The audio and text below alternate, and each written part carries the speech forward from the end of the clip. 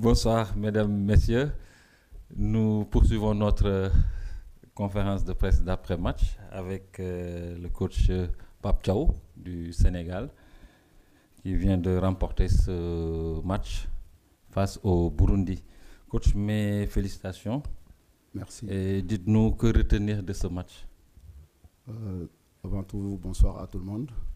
Donc, je tenais à féliciter les joueurs qui ont vraiment écouté les consignes, qui ont fait vraiment le boulot, qui voulaient terminer en beauté devant leur public. C'est quelque chose vraiment d'intéressant. Et surtout, le dernier match de l'année civile, ils ont montré des belles choses. Voilà, maintenant, même s'il y a des choses à parfaire, maintenant, il faut les féliciter et laisser savourer. Et aussi avec les objectifs atteints qui sont de se qualifier pour la CAN. Et aussi aller chercher la première place et aussi terminer un bon match ici devant notre cher public. Et aussi remercier le peuple sénégalais et surtout nos supporters qui sont déplacés aujourd'hui. Et merci à eux.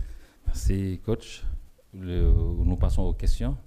Oui, madame, ici.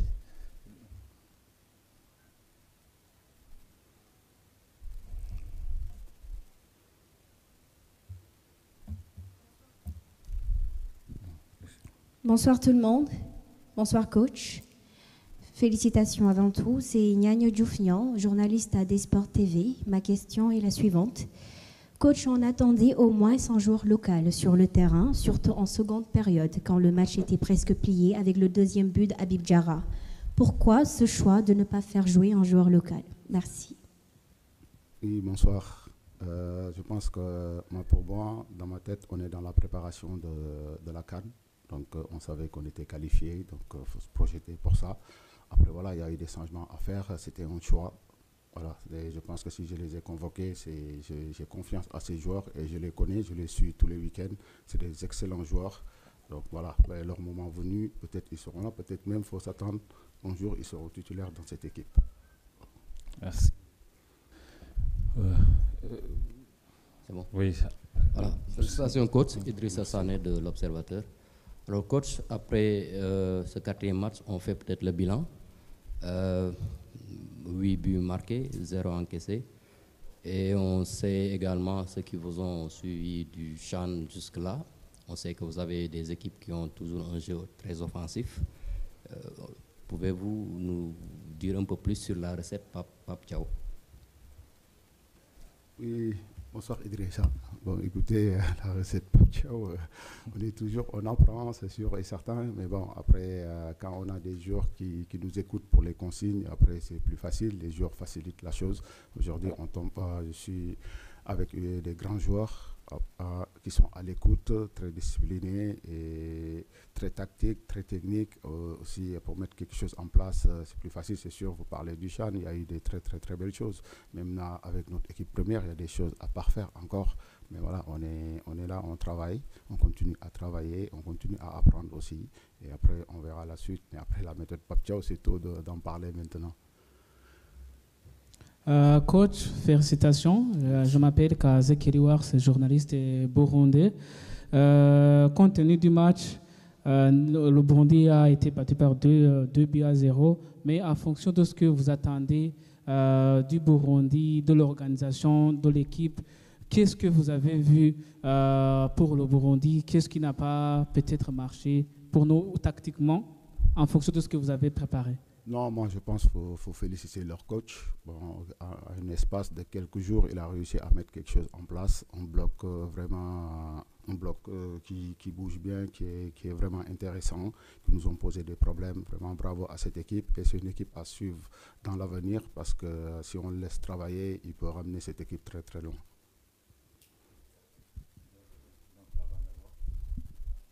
Je reviens vers vous.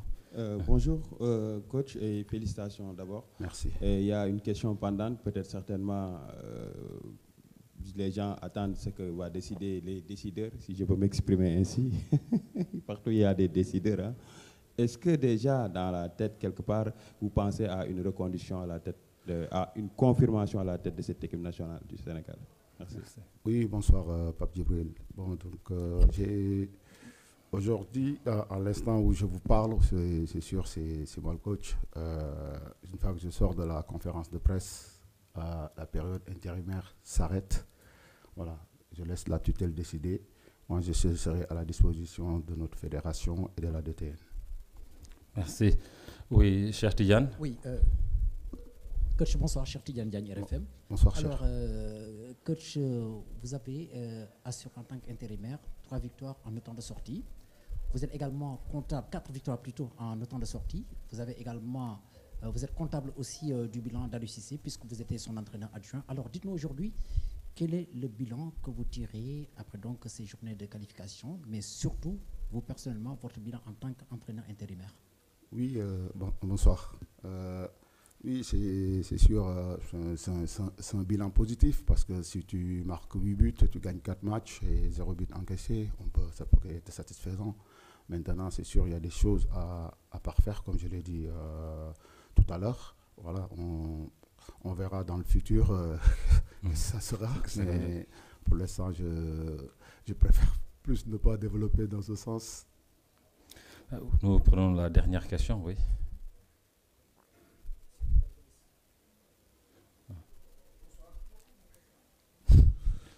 Bonsoir. Félicitations coach, Malang Sané, journaliste de Sport TV.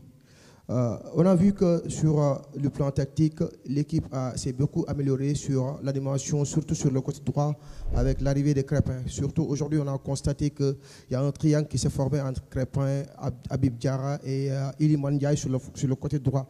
Est-ce que le chantier qui était vraiment problématique, c'est-à-dire le couloir droit ou le couloir gauche prenait souvent le dessus, reste le chantier qu'on doit perfectionner, qu'on doit améliorer en vue de la CAN 2025?